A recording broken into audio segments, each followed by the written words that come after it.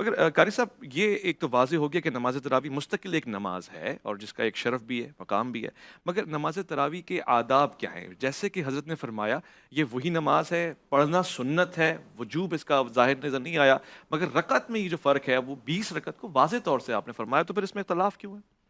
جزاک اللہ۔ پہلی بات تو یہ ہے کہ وجوب کا تو خیر کوئی قائل نہیں ہے، ویسے یہ نفلی عبادت ہے، جی اللہ کے رسول نے چونکہ اسے ادا کیا ہے تو اس معنوں میں ہم اسے سنت بھی کہیں گے۔ نبی مکرم صلی اللہ علیہ وسلم نے 3 دن اس نماز کو جماعت کے ساتھ ادا کیا اور شروع کیا آپ نے 23 رمضان سے۔ سیدہ عائشہ فرماتی ہے کہ آپ جب 7 دن باقی تھے تو آپ نے اس نماز کو شروع کیا۔ 23 رمضان کو جب شروع کیا تو اس کا اتنا طویل قیام کیا کہ ایک پہر رات تک، یعنی رات کے اگر 4 حصے کریں تو پہلے ایک حصے تک اس نماز کو لے گئے۔ پھر آپ 24 کو تشریف نہیں لائے، دن میں چرچا ہوا، صحابہ نے لوگوں کو بتایا، لوگ زیادہ جمع ہو گئے کل کی نسبت، لیکن آپ تشریف نہیں لائے۔ پھر آپ 25 کو تشریف لائے، تو پھر آپ نے نماز پڑھائی تو آپ آدھی رات تک اسے لے گئے، یعنی 2 پہر رات کے اس میں کھپا۔ پچھلی رات کو آپ نے فرمایا کہ مجھے معلوم ہے کہ تم لوگ آئے تھے، میں جان کرنی ہے۔ جی ہاں۔ تو پھر اب جب 25 کو آپ آدھی رات تک لے گئے تو 26 کو پھر نہیں آئے، لوگوں نے اور تذکرہ کیا، لوگ زیادہ جمع ہو گئے۔ پھر آپ 27 کو تشریف لائے۔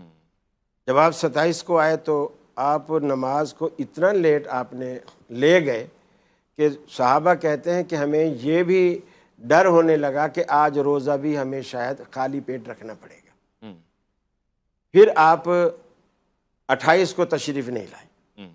پھر دن میں آپ نے صحابہ کو بتایا کہ تمہارا رات کا جمع ہونا مجھے معلوم تھا، لیکن میں اس لیے نہیں آیا کہ تمہارا اس طرح مل کر نماز پڑھنا جماعت کے ساتھ اللہ کو پسند ہے، اور انی خشیت ان یفرض علیکم، کہ میں یہ ڈر رہا ہوں کہ کہیں اللہ تعالیٰ اس چیز کو تم پر فرض نہ کر دے۔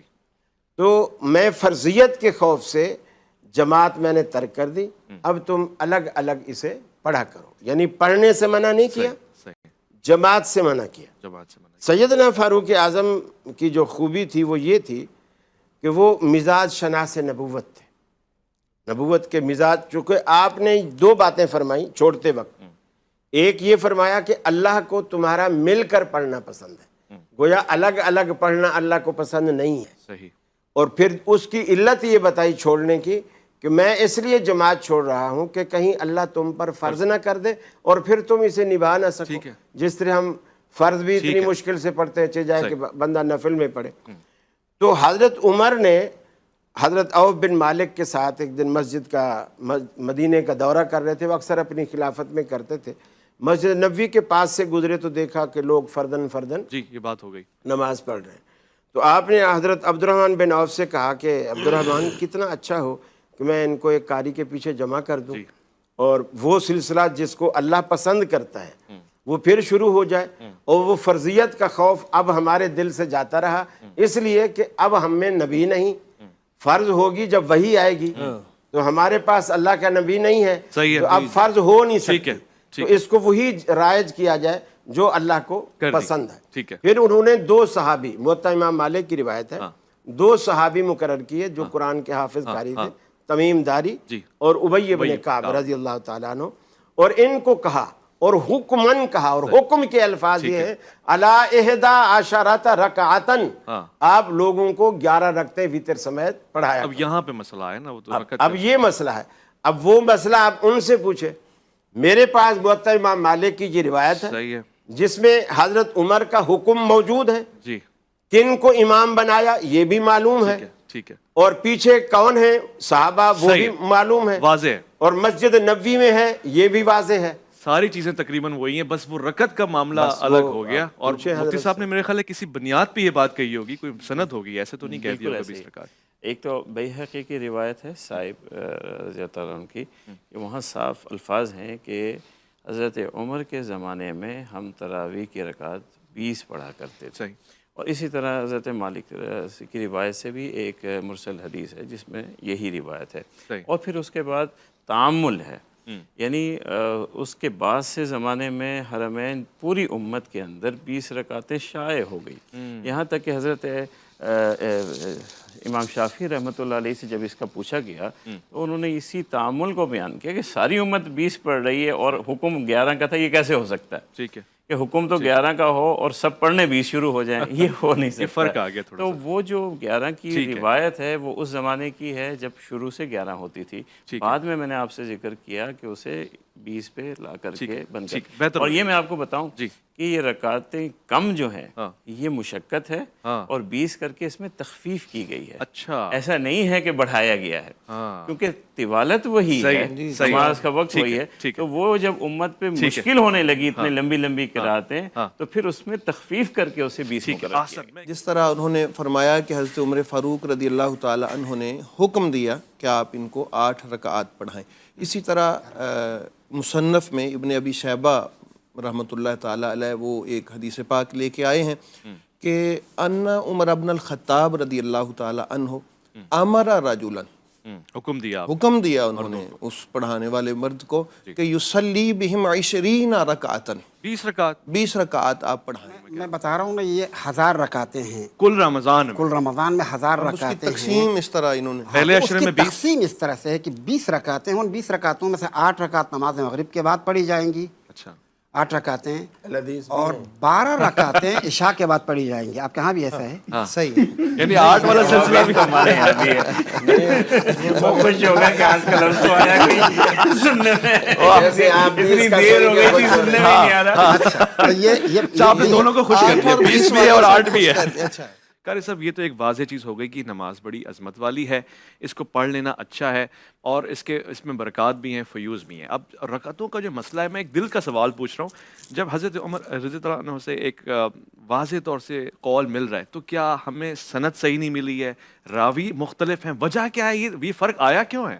جی میں عرض کر رہا ہوں کہ جو حضرت نے پیش کی اس میں تو صاحب بن یزید والی روایت، اس میں ایک راوی ہے یزید بن رمان، اس نے سیدنا فاروق اعظم کا زمانہ ہی نہیں پایا، اس کی ملاقات ہی نہیں ثابت، لہٰذا علماء کی اصطلاح میں اس کو کہتے ہیں کہ اس کی سند منقطع ہے، انقطاع ہے اس کے اندر، کہ وہ اس نے زمانہ ہی نہیں پایا تو اس کی بات کیسے کرتا ہے، اس نے سیدنا فاروق اعظم کو دیکھا ہی نہیں ہے تو وہ کیسے بات کرتا ہے، اس روایت کے بیچ میں کوئی چیز چھوٹی ہے، اگر یہ بیچ میں کوئی راوی کڑی ایسی ہے جو چھوٹی ہے، پھر وہ کون سی کڑی ہے اس سے پتہ نہیں، تو یہ روایت ضعیف ہے۔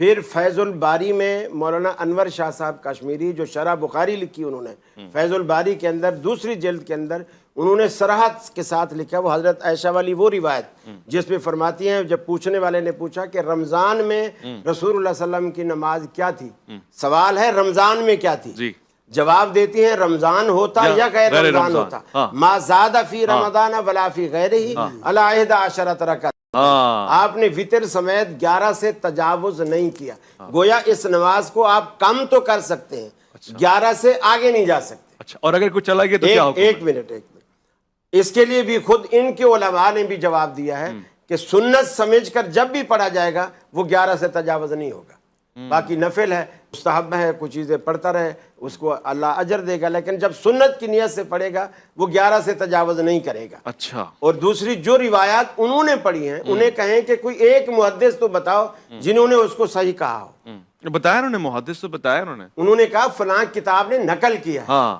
نقل کر دینا کافی نہیں ہوتا۔ میں نے کل بھی آپ سے عرض کیا کہ یوسف علیہ السلام کے بھائیوں نے یہ دعویٰ کیا تھا کہ یوسف کو بھیڑیا کھا گیا، تو یوسف کو تو بھیڑیا نے نہیں کھایا تھا، پھر وہ ثبوت بھی دے رہے ہیں، خون آلود کرتا بھی پیش کر رہے ہیں۔ ٹھیک ہے، ٹھیک ہے، پھر بھی ٹھیک ہے، جھوٹے واضح ہیں ہے۔ وہ۔ میں آپ کی طرف ہی آؤں گا، ایک مختصر سا وقفہ بس لوں، میں لوٹ ایک کے جملہ کہوں، جی ایک جملہ۔ جو انقطاع کی بات ہے وہ بالکل درست ہے، یزید ابن روان والی وہ الگ روایت ہے جسے میں نے مرسل ہی کہا تھا، صحیح ہے، جو زید بن صاحب والی روایت ہے بے حقیقی وہ الگ ہے، وہ اس میں انقطاع نہیں، وہ مکس اس میں نہیں ہے، انقطاع یہ نہیں، مکس کر رہے ہیں، وہ جس طرح نہیں، آپ فرما رہے دو تھے باتیں وہ روایت درست ہے، مختلف لیکن ہیں۔ دوسری روایت موجود ہے جو بغیر انقطاع اچھا، کے بے واضح۔ حقیقی میں صحیح ایک اور روایت اسے بھی موجود حاکم ہے، اور نووی نے کسی صحیح میں کہا ہے۔ انقطاع صحیح ہے، ہے۔ کسی میں ذوف ہے۔ قاری صاحب ایک مختصر سا نصب وقفہ لوں، میں لوٹ الرایا کر میں آپ بھی اس کے ٹھیک ہے قاری صاحب اس پہ آپ بھی ذرا بیان فرما دیجیے گا، کیا حضرت علی کا ایک فرمان ظاہر خلاف سنت تو نہیں ہو سکتا؟ میں یہ نہیں سمجھتا کہ سیدنا علی المرتضیٰ نے کوفہ میں جا کر، اصل میں یہ فرق روات کا فرق ہے، ان کے ہاں سلسلہ اسناد ہی بالکل الگ ہے، ہمارے یہاں اہل سنت کے ہاں سلسلہ اسناد بالکل الگ ہے. ہم یہ سوچ ہی نہیں سکتے کہ سیدنا علی المرتضیٰ حضرت عمر کا وہ ایک طریقہ کار، چونکہ حضرت عمر کا یہ طریقہ پہلے ہے، پھر حضرت عثمان کا طریقہ ہے، پھر اس کے بعد سیدنا علی المرتضیٰ آئے ہیں. وہ جو ایک خلفائے راشدین میں ایک چیز چلی آ رہی تھی، سب صحابہ کا اجماع تھا اس بات پہ کہ جماعت درست ہے. بلکہ یہ اجماع زبردست اسی لیے بیس روایات والی میں زبردستی حضرت کا دعویٰ علی ہے. علیہ السلام کا بھی قول موجود ہے ہمارے پاس. اچھا آپ پڑھا کرتے تھے جی 20 یعنی روایت. آپ حکم آپ لو جی ایک اور 20 رکعت پہ حضرت علی کا قول بھی موجود ہے. اب آپ بتائیں بلکہ پھر آپ شاید پھر بھی آپ 8 رکعت وہ پڑھ تو مرسل حدیث ہے کبھی بالکل اس کے ٹھیک کہہ رہے ہیں. بحقین. اس کے بعد کو میں مانتا ہوں 20 رکعت تو ہم خود قائل ہیں، لیکن آپ جماعت کے قائل نہیں ہیں. پہلے تو جماعت کیا قائل وہ ہیں. یہ جماعت پہ بات ہو رہی یعنی ہے. جماعت انہوں نے بھی ذکر نہیں کیا. چلیں، انہوں نے آج 20 ایک نیا رکعتوں وہ کا بھی ہو ذکر گیا کیا، ہماری جماعت کا معلومات ذکر نہیں میں کیا. جماعت کے مسئلے میں صرف کر دوں کہ جیسے جماعت کی روایتیں حضرت نے بھی پیش کی، میں نے بھی، کہ بخاری شریف کی روایت ہے حضرت کہ حضور صلی اللہ علیہ وسلم نے 3 دن تک 3 راتوں تک جماعت کروائی تھی. تو جماعت کا ثبوت تو حضور صلی اللہ علیہ وسلم سے براہ راست موجود ہے. ٹھیک ہے. اسی کو پھر آگے بڑھایا حضرت عمر رضی اللہ ویسے تعالیٰ مزاج عنہ. شریعت اس پہ نوافل کو دیکھیں، لے کے کیا پہلی ہے؟ بات یہ ہے کہ نوافل کے اعتبار سے یہ کہ اس کی جماعت جماعت نہیں ہونی چاہیے، منع ہے. نہیں ہو سکتی. کوئی بھی ایسے ہی نفل الحمد با للہ جماعت نہ ادا کی قاری جائے. صاحب، جو ایسے ہم یہ کر نوافل رہے ہیں کی با جماعت نہیں جماعت ہو ادا سکتی. نہیں کرنی ہم چاہیے. نوافل کی بھی جماعت کے قائل ہیں اور فرض کی بھی جماعت کے قائل ہو سکتی ہے. بالکل ہو سکتا. تو اس میں لیکن آپ کے پاس تراویح الگ ہے. تراویح کی جماعت کا ثبوت حضور صلی اللہ علیہ وسلم سے بذات خود موجود ہے بخاری شریف کی روایت میں، حضرت عمر کی سنت میں ہمارے 20 کے ہاں ساتھ کراہت موجود ہے ہے. اس میں. اب اس کے علاوہ جتنی بھی ہے تو نوافل نفلی ہیں، نماز. تراویح نہیں بھی سنت ہے نفلی وہ، نماز ہے. سنت ہے وہ. سنت تو ہو گئی نفل مگر الگ چیز ہے، نوافل- سنت الگ. دیکھیے یوں اور تو وہ فرض سنت بھی ہی ہوئی ہے سنت بجماعت. فرض بھی سنت ہے، فرض بھی تو اللہ کے رسول نے اس میں پڑھے کوئی ہیں. واضح تو حدیث آپ بھی کے ہے یہاں نوافل تراویح با جماعت ہو بغیر سکتی ہے. جماعت کے؟ نہیں جماعت تو یہی تو کہہ رہے ہیں جماعت ہے نا جماعت تراویح ہے. کی جماعت. جی وہ کہہ رہے ہیں جماعت ہو سکتی ہے. نہیں، میں نے یعنی دیگر میں دوسری بھی بات سے اختلاف کیا. آپ نے لفظ استعمال کیا کہ نفلی جماعت نہیں ہے. جی ہاں، جس کی حضور صلی اللہ علیہ وسلم سے ثبوت نہیں ملتا. میں نے کہا بھی اللہ جس کے نفل رسول کی جماعت کا ثبوت حضور کی یا صحابہ خلفائے اب آپ راشدین سے دیکھیے نہیں ملتا، وہ نہیں ہے ہمارے یہاں. دیکھیے قرآن خود کہتا ہے فتحجد بھی نافلۃ لک، صحیح ہے. نفل کہا ہاں اور نفل کہہ کر جماعت بھی کروائی. یہی سب سے بڑی دلیل ہے کہ نفل کی جماعت ہوتی ہے، ہو سکتی ہے. آپ کے یہاں ہو سکتی ہے. قرآن کہہ رہا ہے. ٹھیک ہے. حدیث بھی کوئی موجود ہے. جماعت کہاں کرائی یہ؟ نہیں جماعت کہاں کروائی؟ وہ 3 دن تو نہیں وہ دیکھیں وہ قیام آپ اللیل اصل میں 1000 دائرے دیکھیے، سے باہر آئیں گے نہیں، تو نہیں، آپ کو نہیں، وہ قیام تہجد نماز اللیل کی کون سے بات دائرے ہے. سے؟ 1000 کے دائرے سے. نہیں وہ تہجد نماز نفل کا میں ذکر ہے اس میں واجب فرائض کا ذکر نہیں ہے. دیکھیے تہجد وہ اضافی ایک نماز ہے. تہجد یعنی اضافی نافلتاً سے ہی معلوم ہے کہ وہ فرائض نماز میں دیکھیے ہے. اضافی ہے. تہجد نافلتاً اضافی. اور تراویح جو آج کل کی اصطلاح ہے، قیام رمضان، قیام اللیل اور وطر، یہ 5 نام ایک ہی نماز کے نام. ایسے ہی ہے. جب آپ رمضان میں اسے عشاء کے فوراً بعد پڑھیں اس کا نام قیام رمضان ہے، یا پھر تراویح آج کی اصطلاح. اچھا، یہ آج ایک کی منٹ. اصطلاح سے مراد کیا پہلے استعمال نہیں ہوتا؟ پہلے یہ اصطلاح استعمال نہیں تھی. اچھا. اور اس کے بعد اگر آپ آدھی رات کے بعد اس کو پڑھتے ہیں تو پھر اس کا نام قیام اللیل ہے یا تہجد ہے. صحیح. پھر آپ اس کو 1 رکعت پڑھ کر طاق بنا دیتے ہیں تو یہ سارے وطر ہیں. ٹھیک ہے. سیدہ عائشہ فرماتی ہیں اللہ کے رسول مسنا مسنا مسنا پڑھتے رہتے تھے. اسی طرح حضرت عبداللہ بن عمر بھی کہتے ہیں کہ اللہ کے رسول نے کہا 2 رکعت پڑھو، جب تھک جاؤ اس کے بعد 1 رکعت پڑھو، وہ سارے کے سارے تمہارے لیے وطر بن جائیں گے.